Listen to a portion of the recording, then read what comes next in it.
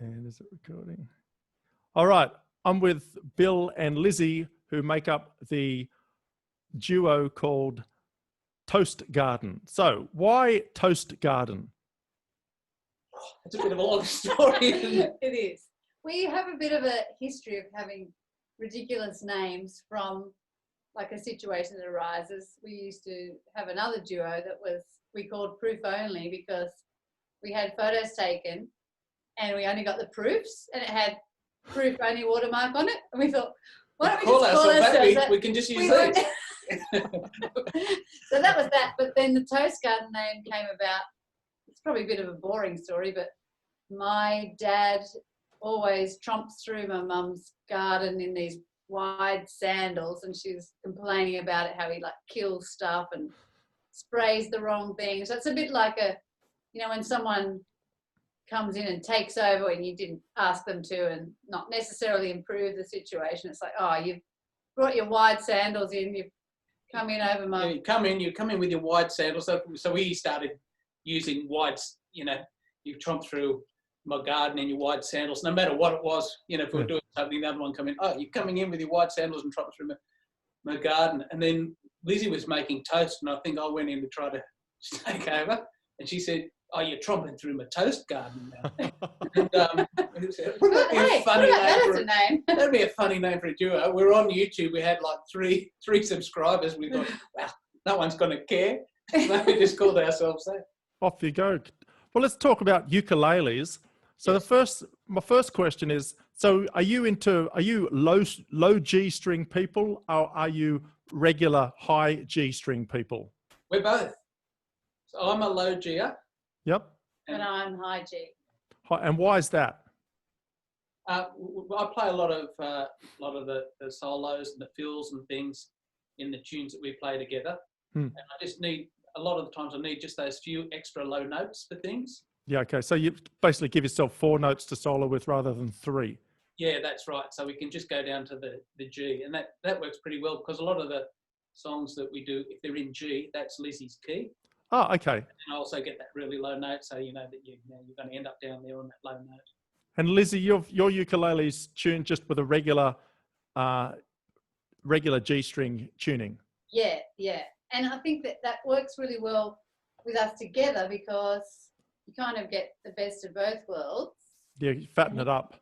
Yeah, he can play a bit of a bass line in there, and also you still get some of the nice real open chords because he will have to bar a chord because he's got the low G to get the sound that he wants, whereas I can still do the open G and get that nice. Yeah. The classic ukulele sound. Yeah. And what's in you've got a whole collection. Tell us about your collection. What do you got? What are you playing? We started out, Lizzie started out with a Lanakai, and all Lizzie's concert size, and all mine are tenors. And she, just picking it up, starting to learn it. And I thought, oh, that's really cool. I'd like to have a crack as well. And so Lizzie bought me a Carla Bacote, and so we were playing on the Carla and the Lanakai for ages. They were really, really great fun. And then we lashed out. We went for one of the big Ks. So Lizzie got a Canalea and I got a Koaloa. And we pretty much play those most of the time. But we also got these bad boys. The outdoor utes. We love so we've got one of these. So because there's lots of hiking trails around here and everything, so we're often taking these out with us.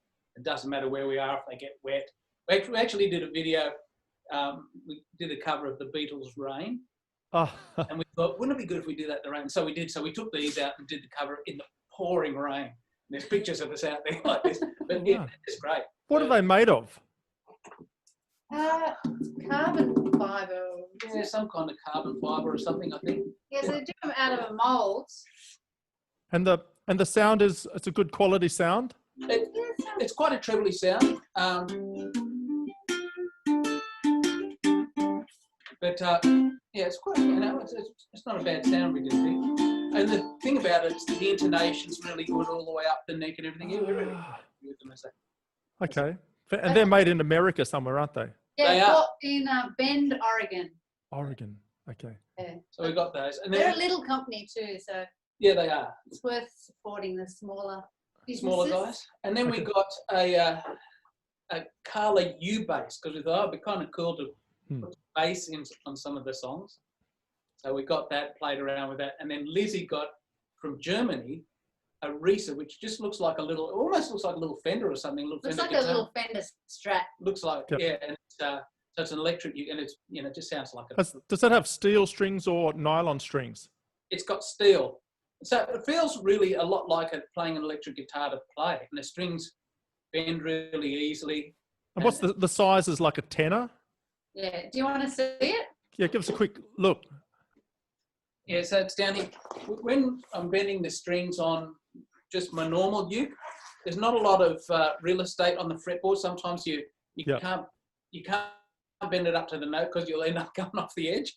But this seems to do all of that kind of stuff very, very well. There it is there, just like, looks like a little...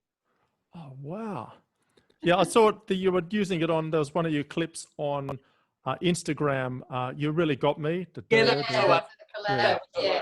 And do you, when you're playing and doing it, do you have pedal boards that you use? Yeah, so I've got a few different things. I generally always play through a delay. When we play live and things, I play through a delay. I can't remember. Is that just like a Boss delay pedal, or what sort of? It's a reverb, and it's called... The Dalai Lama? No, that's the delay. They've got a delay pedal called a Dalai Lama. Dalai Lama. And the reverb is called... I can't remember what the reverb is, but the reverb's always on. The Dalai Lama comes on and off. And then I've got like an equalizer pedal that I play through, just pretty much just to give a little bit more volume. I've just got it set so it's pretty much the same sound whether it's on or off. Just gives a bit more volume if I have to do a lead. And Lizzie's got a pedal that's a doubler. So when I stop strumming and start just picking something, she hits it and it kind of gives the sound of hers like two ukes still playing. Is that like not like a chorus pedal? No, it's actually called a doubler, and it just pretty much doubles the sound. And so there's little settings on there so that you can make a little bit more or less out of sync, so that at least that's like two people strumming away. That's amazing. Yeah. And we found that when Bill would go into his solos, and especially because he plays the low G, the sound would just drop out a little bit, like it just sounded a bit... Yeah, I'm with you, yeah. So, yeah, that seemed to solve that problem. We've got a couple of these little bad boys, and these have got a lot of effects on here as well. So when yes, of course. And so they've got like the distortion and all that kind of gear in there.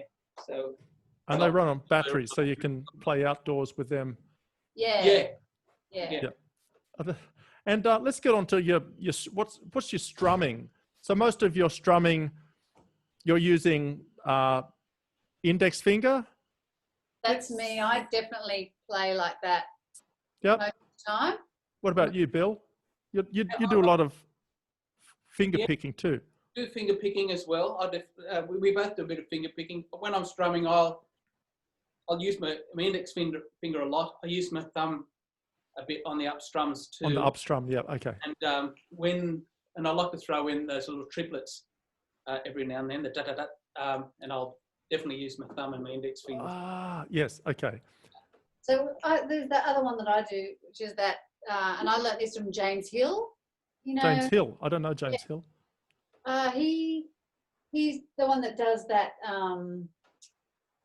Michael Jackson song. Yeah. Dun, dun, dun, dun, and he Billie does Jean. Billie Jean. Yeah. Plays all that anyway. But he does a thing where he goes like.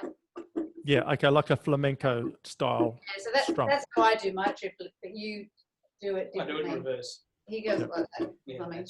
And then the other one is that fan out fanning thing we do thing. occasionally. Yeah. Oh wow. And fantastic.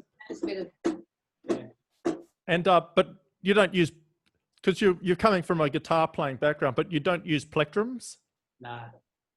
They're just all like when I've watched you on YouTube doing your soloing and you're using like what, 3 or 4 fingers? Yeah, just depending. So I generally I never use a pick. There's sometimes when I've thought, for some of the little flurry, like da da da da da on a string, sometimes I think, it'd be really good to use a pick for this, but just for the challenge of it, I just like the idea of just purely playing with my fingers. And where you'd normally flutter with a pick, I just use use these two fingers back and forth, my thumb and my index finger. Yeah, wow. You certainly, and you've so you've done a bit of study on the guitar, but as a guitarist, you've studied with a couple of different guys. Tell us about some of the teachers you've had on guitar and how it relates to your ukulele playing. Well, with the guitar, when I started with the guitar, I was just strumming away on chords and things, and I loved the idea of being able to finger pick, where you're playing a melody with your three fingers and being able to play the bass, the dum dum dum dum, with that kind of song. And there was a guy that was local. His name was Rod McCormick, and he's very famous in the Australian country music scene. He is, yeah, he is. He's married to Gina Jeffries, I believe, or he was at the time. And so I managed to go and get some classes off him, and he brought me up to speed with that kind of playing and all that kind of finger picking. Because he's a phenomenal banjo player too. He is amazing. Him and his brothers, you know, they just had they were playing the McCormick brothers at the time. Used to play, and you know, just absolutely brilliant. Those guys were. You didn't take up banjo? No. I love it. I used to play with a banjo player. It was very, very good. Yeah, just never took the leap to the banjo. And then after that, that kept me going for a while. And then there was a guy who's written a few music books, like instructional music books, and his name was Don Andrews. And I'd heard about him. He was a very good player in jazz. And so he's quite a famous jazz musician in probably the 60s and 70s in Sydney. Right. Yeah, exactly. Yeah, that's him. And so I went and I did some jazz lessons with him, just because I wanted to, you know, experiment with new chords. I had the finger picking and that kind of thing down, and so I just wanted to, you know, get a bit more into the jazz, and did that with him for a while. And that was, you know, that was a great experience. And how does this all translate now onto ukulele? Well, pretty much. I guess one of the things it does is it gives you a bit of a music background, like a bit of a music head. So when we pretty much just work all of our songs out and just play them by ear and things like that. And so just we don't. He doesn't. What are the chords? Oh, it's this. And just, you know, things like that. That really helps with that. But also the finger picking. That's, you know, once that's down and you've got that kind of muscle memory sort of thing. Wow. Awesome. All right, let's get on to your singing, because that's the thing that really makes you guys stand out. So, what comes across in your music and in your singing in particular is like the love that you have for each other. So you're in a loving marriage, I take it. We are. And when you sing, that the joy of your relationship comes across in the music. It's unique because it's not.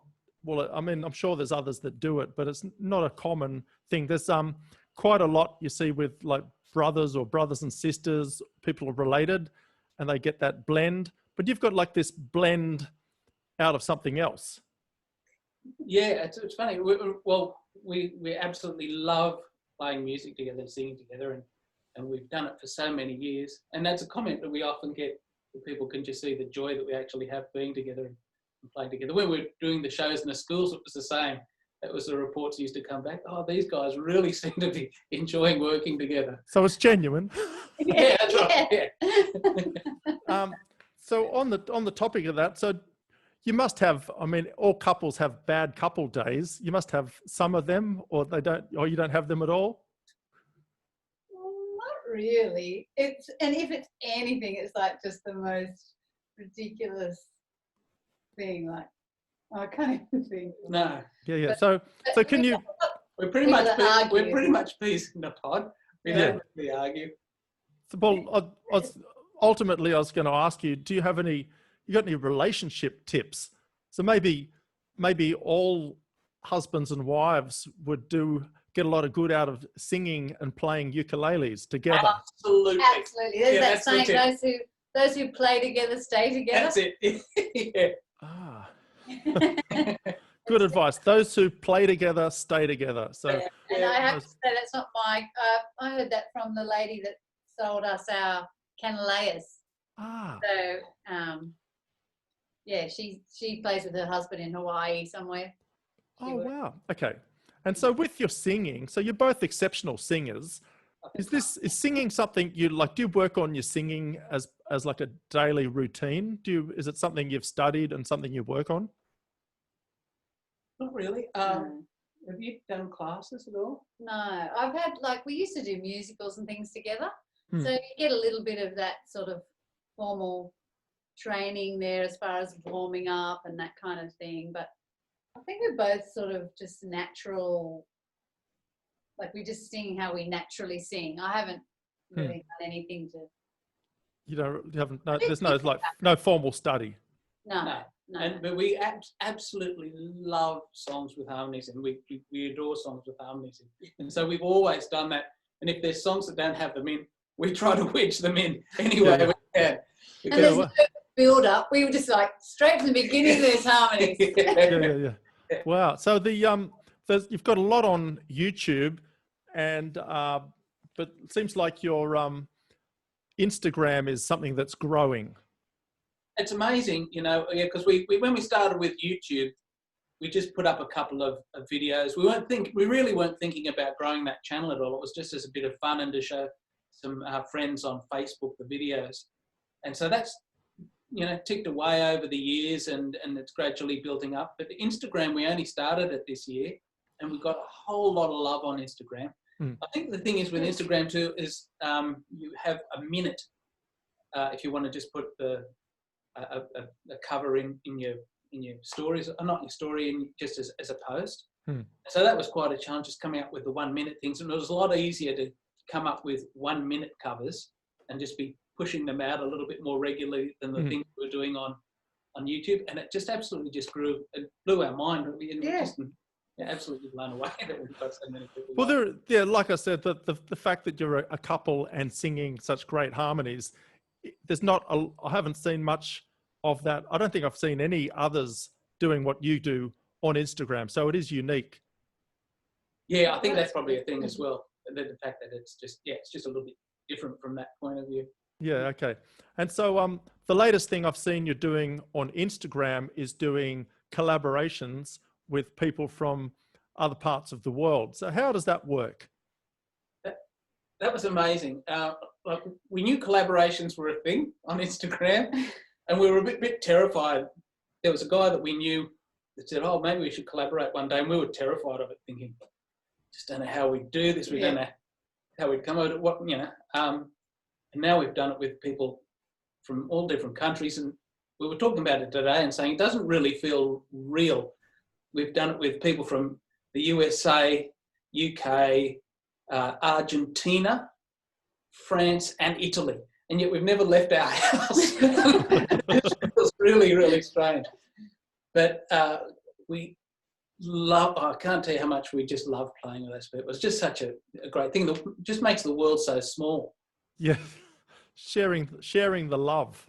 Sharing the love, that's it. And but you haven't ventured into live concerts on either Instagram or Facebook? We haven't done live concerts ourselves. We haven't set up and said, "Oh, here we are doing a live." But we did do a live for the New York. There was a Brooklyn Ukulele Festival. Brooklyn Ukulele Festival in New York. When was that? That was a couple of months ago, I think. Yeah. Yeah, I think it was April. And so they contacted us and said, "Oh, would you be interested in coming and doing a half-hour spot on there?" We said, "Yes, we would." And was that at like 2:30 in the morning? No, it wasn't too bad. It was like 10:30 in the morning for us, which was like 8:30 at night, I think. Yeah. But we did have a lot of trouble, and I think that's probably why we haven't really done the live, to get it to sound like we weren't underwater or. Yeah, the live thing sounded very weird when we did the tests. The sound always sounded a little bit like we're underwater, or a little bit like we were being strangled while playing. So it took a. And going in and out, like loud and then quiet. And I don't know whether that was our internet connection. I mean, we managed to get it sorted eventually, but we had to use an interface, and only I could have headphones in. And so it was a bit of to do. So we thought, let's just stick with our recorded videos. Yeah. Stick with what you're doing. Yeah. Yeah, that's it. All right. And so what's in the pipeline for the future? What do you got coming up? We're doing another collaboration, as it turns out, with a guy from Germany this time. Cool. Yeah, and so that looks pretty good. And there's another couple that's a duo like us, a husband and wife, and they play, and you can tell that they've got a lot of joy as well. They're both guitarists, and so we've got a collaboration coming up with them. They're from Florida, I think they are, aren't they? Boston. Boston. Yeah. And just this is the final question. So, and whereabouts are you guys? So we're in Tassie, in Launceston. And how's the scene in Launceston? How's the ukulele scene in Launceston? It's not. I mean, I know there's ukulele things going on around. It's not really huge at the moment. We haven't come across a whole lot of it, have we? There's a bit further down south, down in Hobart. I think there's a group. The Hobart ukulele group. Yeah. But up this way, it seems pretty quiet. We've had some people saying, you should try to get a group together, and we might do that at some point. When all the lockdown things die down, maybe. Yeah, I did hear there was one group up here, but they were full. They didn't want any new people. Right. Yeah. They had their 6 members. You failed the audition. Yeah. You're too good for us. All right. Well, Bill and Lizzie, I'm going to leave it there. Thank you so much. So Toast Ukulele. How do people find you? I mean, when I post this, I'll put all the links to your website, and I'll put, but just in case people are just seeing the video and not seeing the links below. So what's your website? The website's ukuleleduo.com.au. ukuleleduo.com.au. All right. And all the social media links are on there as well. Yeah. Okay. And then all your social media links from the website. All right. Yeah. Bill and Lizzie, thank you so much for talking to me today. And I look forward to seeing your future collaborations with your friends in Germany. Okay, well, thanks so much for having us. Yeah, thank you very much. Okay, thanks.